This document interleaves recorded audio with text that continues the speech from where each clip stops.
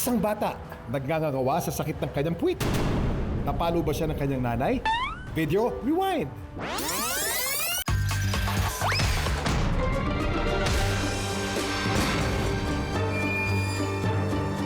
Ang masaya lang sana na uwi sa masakit. Naku po, kamusta ka naman?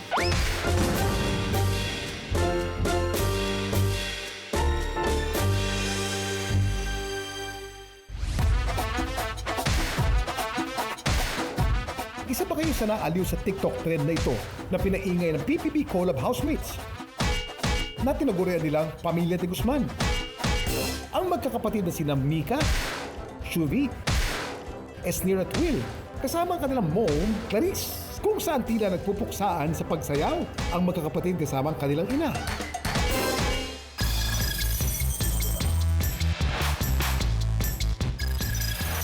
Well, ang real-life magkakapatid na sina Apple at Jasmine mula Nabua, Camarines Sur. Isa sa mga kumagat dito. Pero ang scripted na sakitan na sipaan kunwari sa pawitan. Naging totohanan nang umiwas si Apple mula sa sipa ni Jasmine. Dahilan para ma-out of balance siya at bumagsak sa sahig. Aray ko po! Ang atin itong si Apple at mga kapitbahay nila sinubukan siyang tulungan. Nakatayo naman kaya siya. Nung August 3 po is, inaya po niya akong mag-TikTok. Hindi ko naman po akalain na mauuntog siya kasi bigla po ako umiwas. Akala ko po kasi nasipa niya na ako. Sa lakas ng iyak ng kapatid, ninervyos na raw si Apple.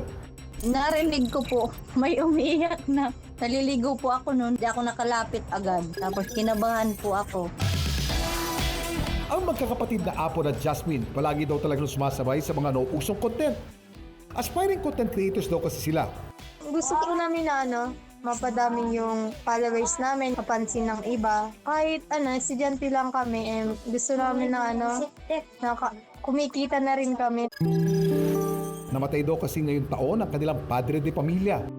At silang 6 na magkakapatid. Kinakailangan suportahan din ang kanilang ina. Gusto po namin na makatulong sa kanya para po mabawasan yung gastos niya sa pangbaon-bayan namin araw-araw. Pero imbis na makabawas, tila nagdagdag pa yata sila sa gastusin kung si Jasmine ma-ospital. Sa doktor nga kaya ang bagsak na lumagpak niyang puwitan? Para alamin ang kanyang kalagayan, eto makakausap natin siya. Sobrang sakit po talaga. Para po akong pinalo ng sinilas.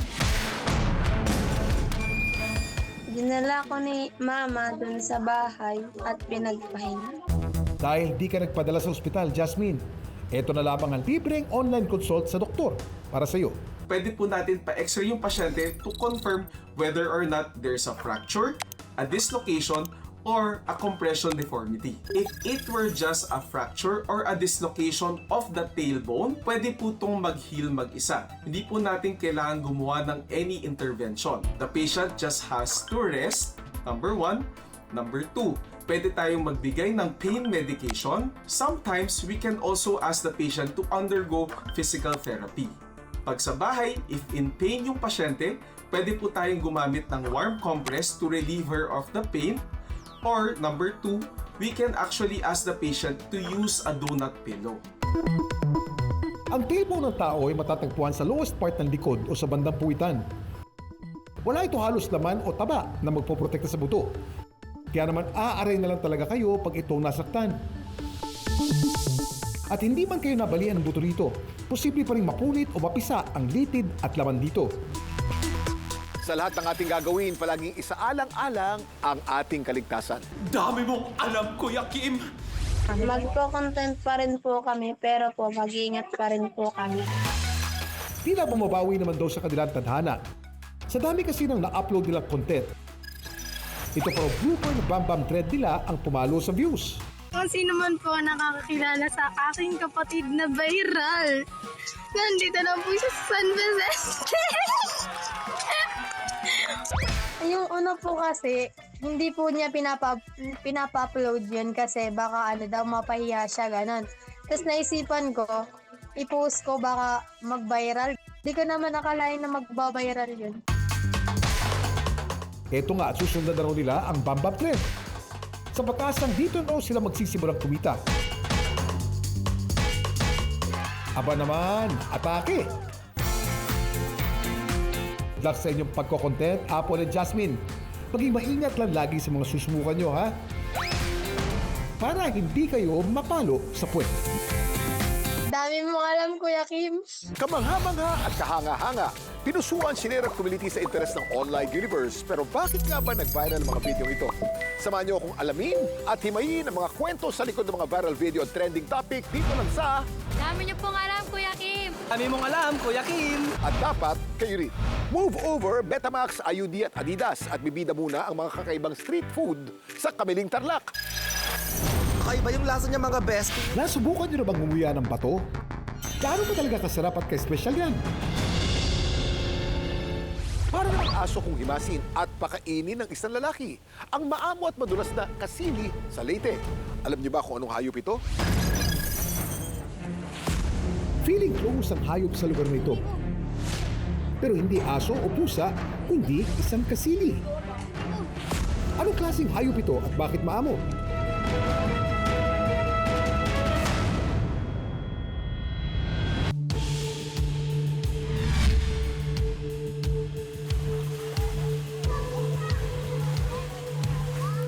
Sa sapang ito sa Matalom, Leyte, magkaibigan daw ang tao at ang mga tinatawag nilang kasili.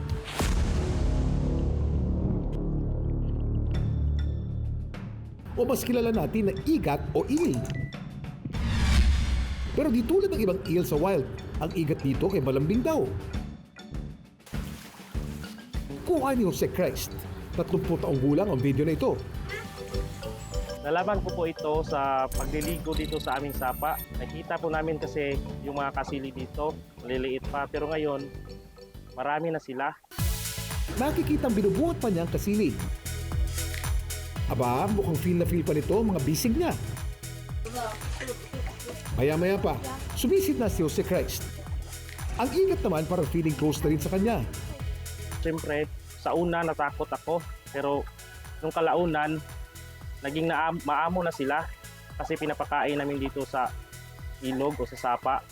Ang pinakamatanda sa mga kasili ay nasa 10 taon na at ang pinakabata naman ay nasa 2 hanggang 3 taon pa lamang. Alam niyo ba na mas mahaba pa ang buhay ng mga eel o igat? Meron silang lifespan na umaabot ng 20 to 80 years. Ang record para sa longest lifespan ay naitala ng isang European eel na nabuhay ng 88 years in captivity. Dami mong alam, Kuya Kim!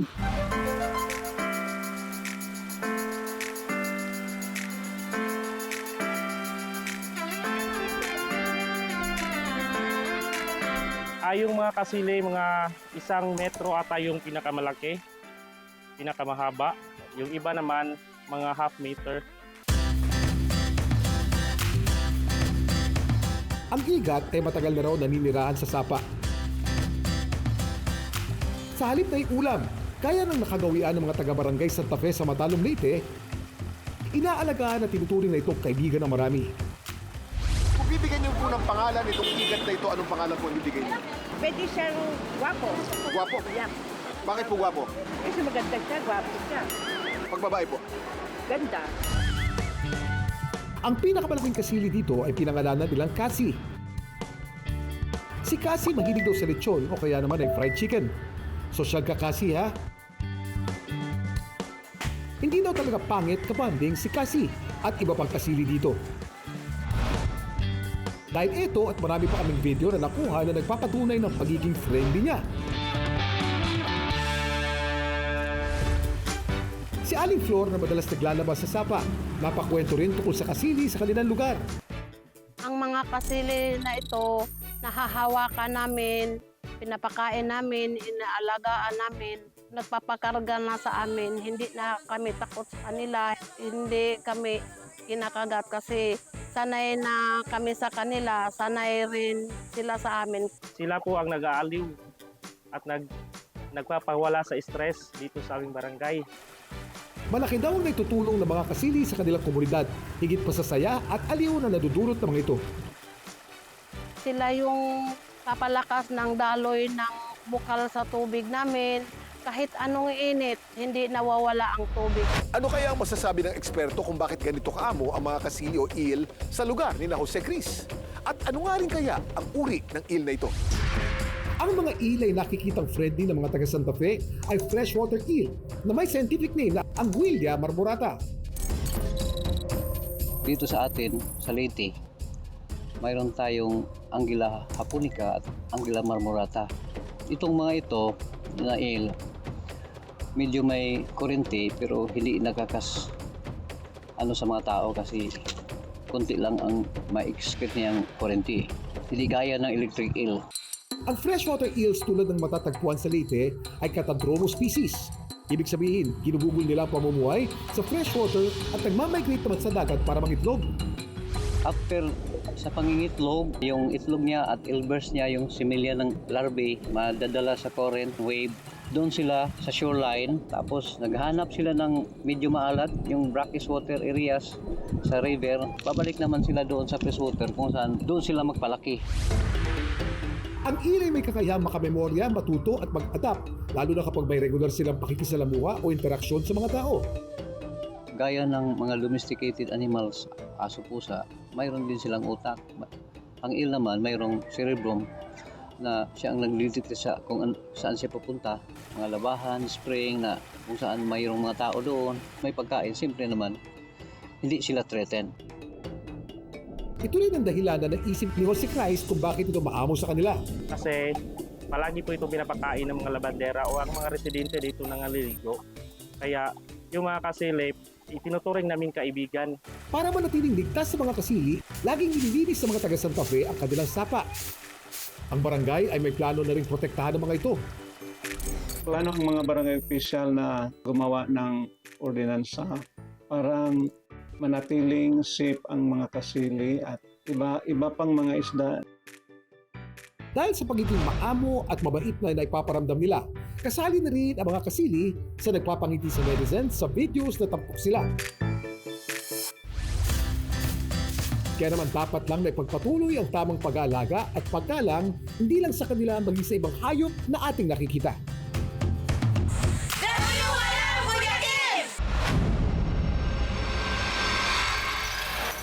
Kakaiba yung lasa niya mga bestie. Nasubukan nyo na bang ngumuya ng bato? Sa isang bayan sa Tarlac, kinakain daw nila yan. Medyo weird lang itsura niya, mukha siyang garapata, Charis. Pero sabi nila masarap daw ito pag pinartira mo ng suka.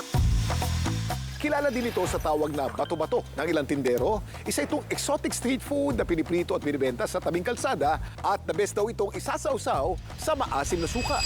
Oh my God! Ang isang content creator na kilala namin mula sa Nueva Ecija, patong-bato na raw. Kaya dinayo pa raw niya ang misteryosong street food na to sa Tarlac. Daming food tripan. Gaano pa talaga kasarap at ka-espesyal yan?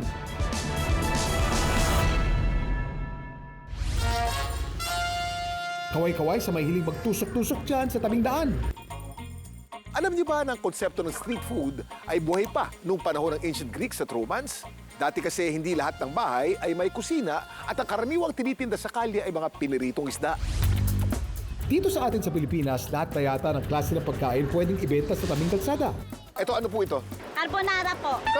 Carbonara, street food, matindi. Dito sa street food na tinitinda natin, ano po ang pinakamalakas ano? Sopas po, lahat naman po ng tinda ko. Bakit lahat ng tinda mo talagang malakas ang benta? Bakit? Siyempre may kasamang love yun, kaya masarap. Dito sa kabilang Tarlac, ang malakas naman daw sa masa sa street food. Ito. May nahanap akong bato ng manok. O hindi ang garapata ha? Ang tawag dyan ay bato ng manok. Dinadayo pa raw yan. Ako po si Alri Antonio, food vlogger po ako ng Nueva Ecija. Nag-post ako kung ano yung mga pwede kong i-food trip at i-cover sa aking vlog. At isa po si tatay sa mga tinag sa akin ng mga netizens. Kaya nagkaroon ako interest lalo kasi nalaman ko nakakaiba yung binibenta niya. Yung bato kasi ng manok, siya yung klase ng street foods na hindi mo mabibili basta-basta kung saan-saan lang. Hindi lang ito unique mga kapuso. Limited edition din daw ito. Hindi araw-araw na meron siya. Bibira lang. Sa isang linggo, mga 3 beses meron. Kaya pag meron, nag-i-stack na ako. Sa araw na to, sinwerte tayo. May tindang bato-bato si tatay. Sabi nila guys, mas masarap daw ito kapag may suka. Kaya lalagyan natin ng suka to guys para mas ma-feel natin yung bato-bato sa tinda ni tatay. Tikman natin to ha. Oh my God!